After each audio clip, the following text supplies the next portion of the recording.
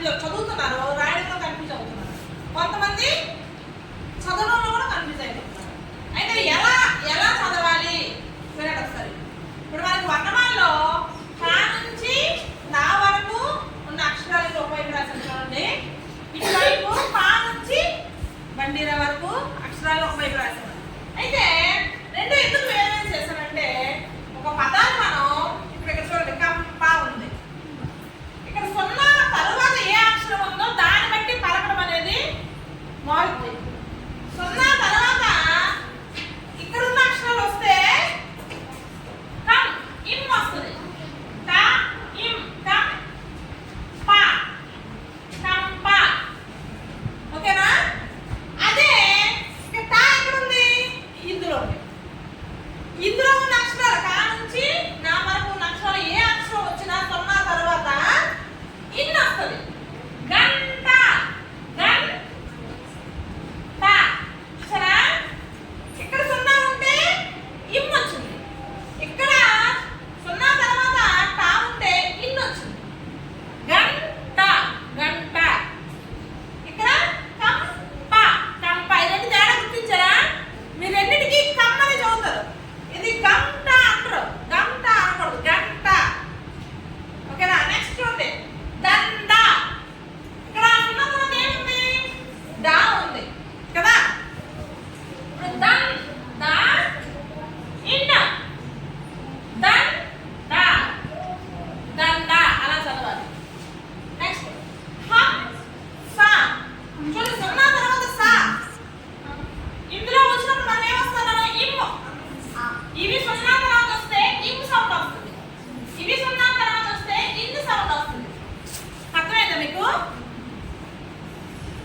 సున్నా తర్వాత వచ్చిన అక్షరాన్ని బట్టి మనం పలికే విధానం మారుతుంది. ఇక్కడ చూడండి హం హా మాకు కలిస్తే ఇమ్, హం సా హంస. మనము ఈ అక్షరాలు చూసుకొని మీరు చదవండి. పా ఉంటే కం వస్తుంది, కంప. తా ఉన్నప్పుడు గంట దండ హంస. ఈ విధంగా మనం పలకాలి. ఓకేనా? ఎవరో ఒకరు ఒక పదం చెప్పండి నిల్చొని. ఎవరు చెప్తారు? చెప్పమ్మా. వచ్చి రాయరా, ఒక పదం రాయి, రాసి ఆ పదాన్ని నువ్వు పలకాలి, చదవాలి.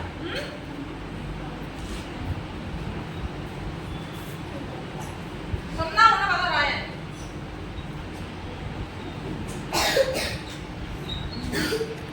ఒకసారి వస్తే రాయండి.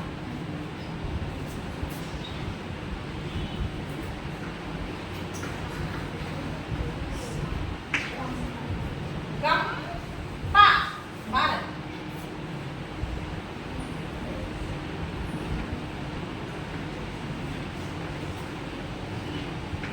గంప. Very good. చూడండి ఇక్కడ సున్నా తర్వాత పా వచ్చింది, పా ఇవేమి ఇమ్ వస్తుంది. గమ్. ఇక్కడ మీరు రాసినప్పుడు ఇది కూడా రాయండి, గా ఇమ్ గమ్ పా గంప. నెక్స్ట్ యాంపి.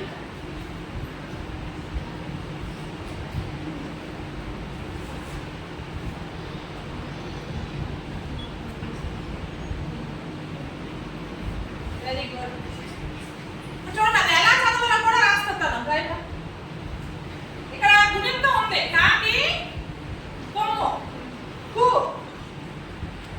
కు సున్నా పడితే కున్. చూడండి కు ఇన్ కున్ డా కుండ. ఈ పదాన్ని ఎలా పలకాలనేది మనం ఈ చివరి ఉన్న అక్షరంతో తెలుస్తుంది. చివరి డా ఉంది కదా, కాబట్టి ఇన్ వస్తుంది. కు ఇన్ కున్ డా కుండ.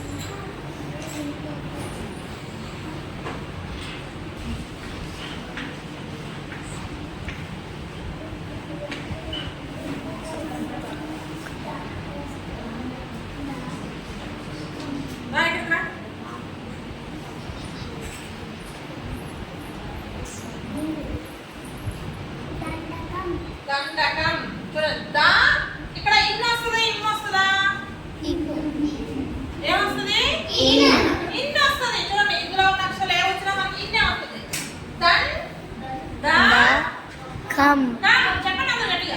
Them the very good. Next Ramya.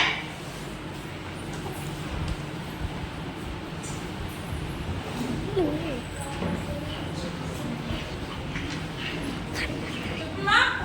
వందనం వందనం. చూడండి ఇక్కడ కూడా దా ఉంది కాబట్టి ఇక్కడ ఏమొస్తుంది? వన్. వన్ వందనం. ఇన్